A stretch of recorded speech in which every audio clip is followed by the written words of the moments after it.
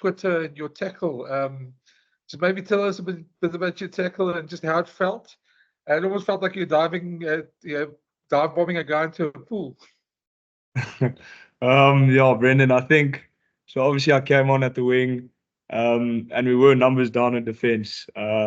So we have a defensive system where we get off the line with high pressure, and if one guy jams on the inside of you, all got to jam. So we did jam. We all ended up jamming, and I was just lucky, and I made the hit. And yeah, that is the outcome. That was the outcome. So yeah. Have you taken a bit of flack for it? Have you been a bit riled by your teammates for it? They want to see more of that. Yeah, no, they are chatting about it a bit, but I mean, it's in the past, and we look towards the next game and hopefully make something happen there.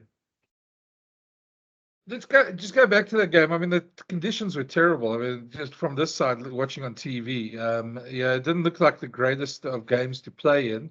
Yeah, I think you go to the somewhere called the Sunshine Coast, and you get that sort of weather. Just what was it like, first of all, being on that field? And I mean, this could be any of you guys if you want to answer, but yeah, and just playing New Zealand, and what is it like playing them? Yeah, given the history between the two countries as well. Yeah, I think thanks for the question. I think on the weather, yeah, we were expecting a bit of rain on the night, but we didn't expect the field to be that wet. So we had to adjust our game a bit before the end, play a bit tighter, use our kicking game a bit more. And then just on the rivalry between the two teams, I think yeah, it goes way back, New Zealand and South Africa. So it was a big one. We knew it was gonna be physical, we knew it's gonna be tough. And yeah, it proved to be exactly that. Where did it change for you guys? It looked like at halftime you guys changed the way you attacked, and your game plan came out a lot more positive, using the width of the field a bit more, even in the conditions. Any of you guys? Look, I think the coaches saw where we went wrong, and us as players, we were able to just confine in the space and just see where we went wrong and what we could fix, what we could adjust on as we could. Because as you said, we didn't expect the field to be that wet, so we really had to adjust. And after we went through the chats and saw where we went wrong and where we could go right. And I think that's how we went to adjust, and we got better off that. So I think that was us. Yeah. And as the weather improved there, but since the other day, or are you going to get some sunshine at least by the time you can play again? I don't think so. Today was very overcast. Rained a bit, and well, we looked at the weather for the next week, and it's still cloudy, still raining. So the conditions are probably going to be very similar to what they were on the last game. So, just you back from last year's group as well. Just what difference does it make to have this Rugby Champs now suddenly help you guys with your preparation? Because you guys, I mean, last year went in cold. You had to basically play a lot of provincial teams and varsities and things like that. So, how much does it help in terms of upping that standard before you go into the Junior World Champs? Yeah, no, it's massive for us. I think last year we felt in the World Cup that we were a bit undercooked, like in terms of test match preparation. We had a lot of games beforehand, but no games are actually as tough and physical as a test match. So I think this will be good for us to prepare us for the World Cup. And hopefully we can do much better this year.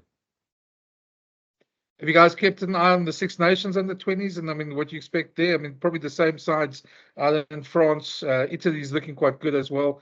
The youngsters there as well. Look, I think for us, we're just really concentrating on the championship as first, and we will just want to get the job done as to what we focused on Australia, and then we have Argentina. So I think the main focus for us at this moment is the championship. Then we will start looking into those type of teams or into those type of competition after we have buried away the competition. So I think the main focus for us right now is really the room, the team, and where we can improve, and the position that we are facing the next few weeks. So I think that's how we are looking things at this moment. You've got Australia next. They didn't have a great day the other day. Argentina beat them quite comprehensively. Just what do you guys expect from them this week and when you play them? They're the Hoyden team, and they're going to look to impress.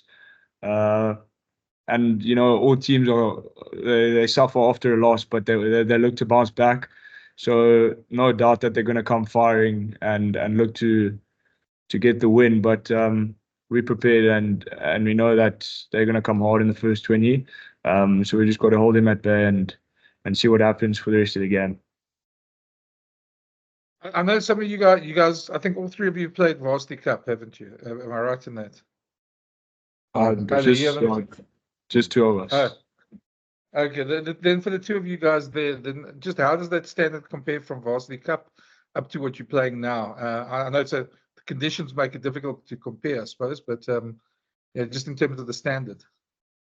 For me, it's quite similar. I think Varsity Cup is much faster. It's much more intensity, much more running rugby, lots of high-scoring games. And then Test match, obviously, a lot more kicking game, a lot more defensively. Games are a lot tighter. I think the margins are much smaller in Test match compared to in Varsity Cup. Yeah. Well, yeah, and then on my side, yeah. Sorry, on my side, yeah, I completely agree with Ashi.